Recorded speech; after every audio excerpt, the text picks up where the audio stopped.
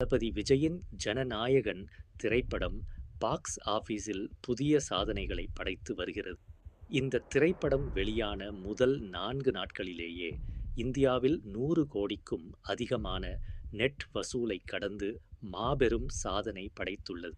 முதல் நாளில் மட்டும் 42.7 கோடி ரூபாய் வசூலித்து விஜயின் திரைப்பயணத்தில் 4வது மிகப்பெரிய ஓப்பனிங்காக இது அமைந்துள்ளது. 2ஆம் நாள் வசூல் சற்று குறைந்தாலும் வார இறுதியில் படம் அபாரமாக மீண்டு வந்து வசூல் வேட்டையாடியது. தற்போது உலக அளவில் 217 கோடி ரூபாய்க்கும் மேல் வசூலித்து சர்வதேச அளவிலும் தனது ஆதிக்கத்தை நிலைநாட்டியுள்ளது.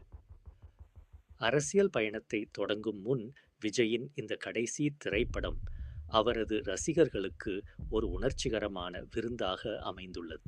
இயக்குனர் வினோத்தின் மேக்கிங் மற்றும் அனிருத்தின் அதிரடி இசையில் இப்படம் திரையரங்குகளை அதிர வைத்துக் கொண்டிருக்கிறது.